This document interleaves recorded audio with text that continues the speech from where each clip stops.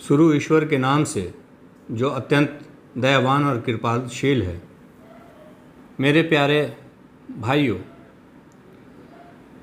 आज हम जिस विषय पर चर्चा करेंगे वो है आर्थिक समस्या। मौजूदा समय में हम यह देख रहे हैं कि जितना ध्यान आर्थिक मामलों पर दिया जा रहा है, शायद उतना इससे पहले कभी इस विषय पर बात नहीं हुई। प्राचीन काल से यदि हम देखते हैं तो इंसानों को अपनी आजीविका चलाना उतना ही आसान था जितना कि जानवरों के लिए था। प्रकृति ने जो प्रचुर मात्रा में सामग्री रखी है किसी सोसाइटी के लिए, किसी समाज के लिए, इंसानों के लिए, वो बहुत ज़्यादा है। उससे वो आसानी के साथ अपनी आजीविका चला सकते हैं। प्राचीन काल में हम गौर करें तो देखते हैं कि कोई भी इंसान प्रकृति के बनाए फलों से जाकर के अपनी पेट पाल लेता था, गुफाओं के अंदर रह जाता था, जो चीज़ें मैसर थी उनसे वो अपने जिस्म को ढांक लेता था। परंतु इससे जीवन नहीं चलने वाला था। इसलिए ये इंसानों ने महसूस किया कि एक ऐसी व्यवस्था बनाई जाए जिसमें हम जिस जगह पर रह रहे हैं, मेरे बाद मेरे करीबी लोगों का उस पर दावा हो। एक ऐसी व्यवस्था बनाई जाए जहां हम मुख्तलिफ चीज़ें अपनी मर्ज़ी से खा सकें और एक ढंग की जीवन जी सकें। इसके लिए ये ज़रूरी था कि एक दूसरे का इस्तेमाल किया जाए, कि कोई इंसान कोई चीज़ उगाए, कोई उसको बेचे, यानी एक दूसरे पर निर्भर हो। धीरे धीरे ये चीज़ें बदलती चली गईं और समाज नए नए चीज़ें आविष्कार करता चला गया। फिर एक माध्यम की ज़रूरत पड़ी, मीडिएशन की ज़रूरत पड़ी कि हम जो है सो सामान को ख़रीद फरोख्त कर सकें। तो धीरे धीरे इंडस्ट्रीज़ जो है डेवलप करती चली गई। लेकिन आज हमें चर्चा इस बात पर करनी है कि अर्थव्यवस्था की जो खराबी है उसके मूल कारण क्या है। तो सबसे पहले जो इसके मूल कारण पर हम चर्चा करेंगे तो ये महसूस करेंगे कि स्वार्थपरता ये हमारे यहाँ डेवलप कर गई। यानी हर इंसान यह समझने लगा कि हमारे पास जितनी ज़्यादा संपत्ति होगी, हम अपने जीवन को उतना ही आराम के साथ, भोग विलास के साथ गुजारेंगे, जिसकी वजह से इंसान के अंदर ये तब्दीली आ गई कि इंसान दूसरों की ज़रूरत को नहीं समझते हुए सिर्फ अपनी ज़रूरत के चीज़ों को इकट्ठा करने लगा। उसके लिए अपनी ज़रूरत को पूर्ति करना ज़्यादा ज़रूरी हो गया बनिस्बत कि हम जो मिल बांट करके पहले जीवन जी रहे थे। प्रकृति ने जो सब चीज़ों के लिए प्रचुर मात्रा में सामान रखी थी, उसका डिस्ट्रीब्यूशन सही होना चाहिए था। उसके जगह पर लोगों ने अपने अपने ख़जाने भरने शुरू कर दिए, जिसके परिणाम स्वरूप किसी की समस्याएं हमें दिखाई नहीं देती थी। किसी की आर्थिक तंगी, किसी की भूखमरी, किसी की बेरोज़गारी से हमें कोई मतलब नहीं था। हमें अपनी ज़ात से, हमें अपने चीज़ों से मतलब था कि हम ज़्यादा से ज़्यादा डेवलप करते जाएं।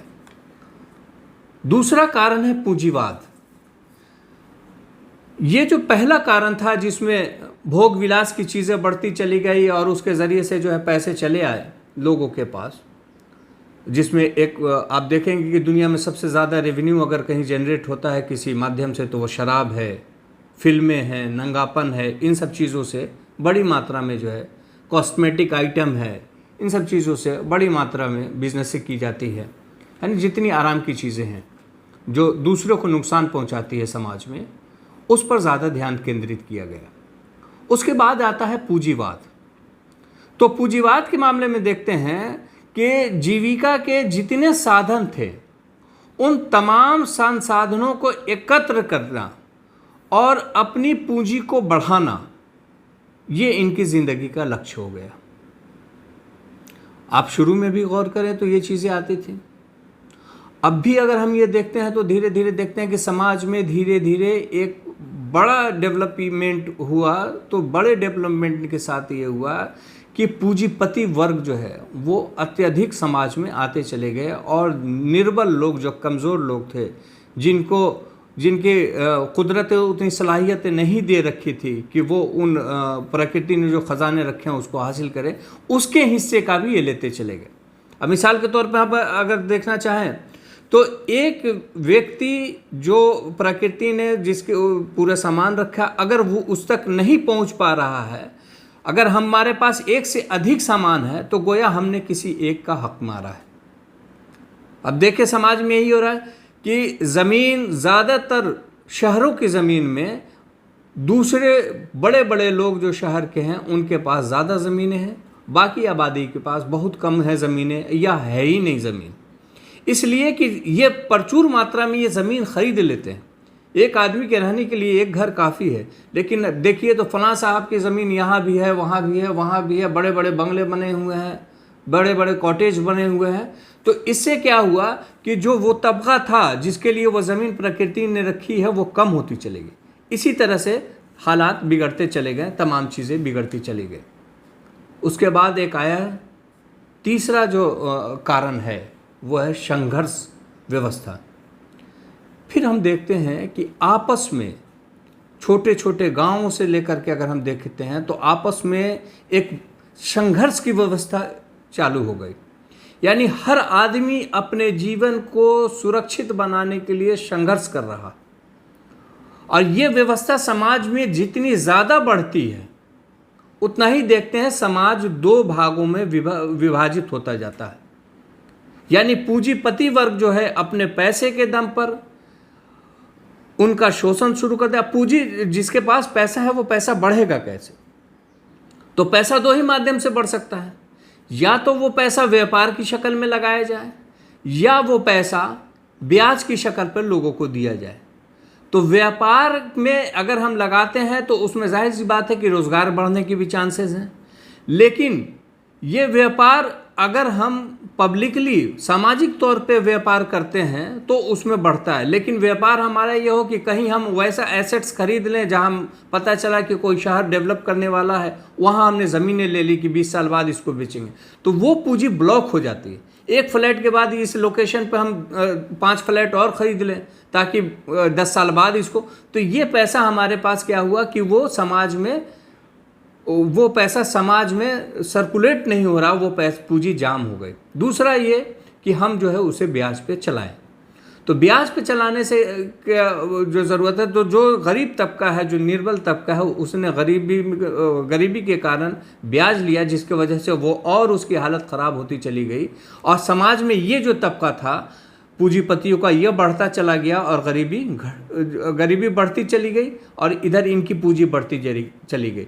तो समाज में हम देखते हैं कि एक बड़ी खाई जो है गरीबी और अमीरी के बीच में विकसित हो गया। इस पर हमें सोचनी चाहिए। फिर एक आती है दलाली की व्यवस्था। ये दलाली की व्यवस्था क्या है? तो दलाली की व्यवस्था अगर हम देखते हैं तो ये महसूस होता है कि पहले छोटे छोटे साहूकार गांवों में हुआ करते थे, जिनके पास हम अपनी किसी ज़मीन को गिरवी रखते थे, उनके ज़रिए जो कुछ पैसे लेते थे, बाद में वो पैसा नहीं छोड़ा पाते थे, वो सामान नहीं छोड़ा पाते थे, साहूकार उस पर कब्जा कर लेता था और वो पूंजीपतियों को देता था कर्ज। ये धीरे धीरे एक सिस्टमेटिक तरीके से इसको बनाया गया और बैंकों का निर्माण किया गया।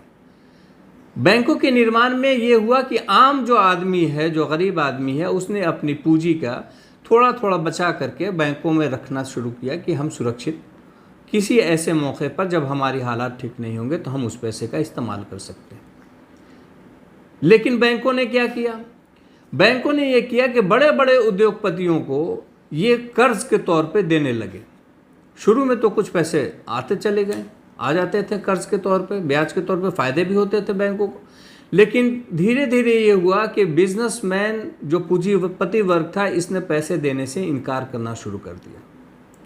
तो सरकार उसे माफ़ करती चली गई, कुछ की रिकवरी भी ली जाती थी। लेकिन हाल के वर्षों में हम देख रहे हैं तो जिस तेज़ी से बैंकों ने उद्योगपतियों को लोन दिया, लाखों करोड़ रुपए जो है लोन दिया, और वो लोन जो है हमें नहीं मिला। वापस नहीं मिला बैंकों को और सरकार ने उसको माफ़ कर दिया, जिसके कारण ये हुआ कि बैंकों की स्थिति बद से बदतर होती चली गई। यानी पब्लिक का पैसा जो उनके बैंकों में रखा गया था वो डूबता चला गया। आज की डेट में अगर हर एक व्यक्ति अपना पैसा बैंक में लेने चला जाए तो बैंक जो है पैसा देने में नहीं दे पाएगी। ये व्यवस्थाएं पूरी तरह से ख़त्म हो चुकी हैं। हालात बैंकों के बद से बदतर होते चले गए और पूंजीपति वर्ग अपना डेवलप होता चला गया। तो ये एक चीज़ें समझ में आई। अब हाल के दिनों में हम देखते हैं कि एक नया वर्ग जो है सामने आ रहा। ये नया वर्ग कौन सा है? तो ये नया वर्ग वो है जो प्रकृति की पैदावार को, यानी हर चीज़ को, पहले हम देखते थे कि कुछ पूंजीपति ज़्यादा हुआ करते थे जिससे रोज़गार जनरेट होता था। अब ये व्यवस्था की जा रही है कि जो बड़े, यानी आप राज्य में देख लें, राष्ट्र में देख लें, मुश्किल से 1 से 2 ऐसा पूंजीपति हो जो तमाम चीज़ें उसके कंट्रोल में हों। इस ओर हम बढ़ रहे हैं। तो ये देखते हैं हम, तो ये आज अगर हम महसूस करें तो जितने भी PSU सेक्टर हैं हमारे, जितनी भी छोटी छोटी कंपनियां थी, घरेलू छोटे मोटे उद्योग, वो बंद होते चले जा रहे हैं। जो पब्लिक सेक्टर जितने थे वो बंद होते चले जा रहे हैं। लेकिन उनको ख़रीदने वाले कौन लोग हैं? तो यदि हम अपने देश की बात करें तो हमारे देश में मुश्किल से 5 लोग हम गिन पाएंगे शायद कि उन सेक्टर्स को ख़रीद रहे हैं, उन बिज़नेस को टेक ओवर ले रहे हैं। यानी पूरे तौर पे पूरे राष्ट्र, हमारे भारत में जितनी भी संपत्ति है, धीरे धीरे इनका मंसूबा ये है कि ये जो 2-3 लोग हैं इनके हाथों में केंद्रित हो जाए और सरकार इनके माध्यम से चलाई जाए और सरकार पूरी तरह से इनके साथ है। आप देखिए कि एग्रीकल्चर में भी बड़े बड़े उद्योगपति आ रहे हैं, आप देखें कि दवाओं में भी आ रहे हैं, खुदरा व्यापार में भी आ रहे हैं। यानी धीरे धीरे इनका कब्ज़ा पूरे राष्ट्र की संपत्ति और उसका जो खजाने हैं उस पर ये कब्ज़ा करना चाह रहे हैं। इसके परिणाम स्वरूप हम देखते भी हैं कि कई बार ऐसे लोग हमें मिलते हैं जो जिनकी संपत्ति कई राष्ट्रों की जो अपनी संपत्ति है उनसे ज़्यादा है। तो इस बात पर हमें भी ध्यान देना चाहिए कि ऐसी व्यवस्थाएं जो आज समाज में लाई जा रही हैं उसका परिणाम क्या होगा।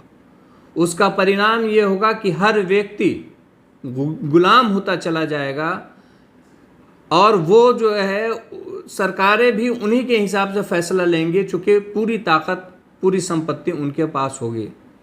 तो इससे बचने के लिए क्या सॉल्यूशन हो सकते हैं? और जो दुनिया में व्यवस्थाएं जो काम कर रही हैं, जो सिस्टम काम कर रहे हैं, वो कहाँ तक इसमें इन व्यवस्थाओं को रोकने में सफल हैं? और इस्लामिक व्यवस्था कहाँ तक, इस्लामिक की जो आर्थिक व्यवस्था है वो इसे कहाँ तक रोकने में सक्षम है? इस पर हम लोग इंशाअल्लाह अगली वीडियो में चर्चा करेंगे। धन्यवाद।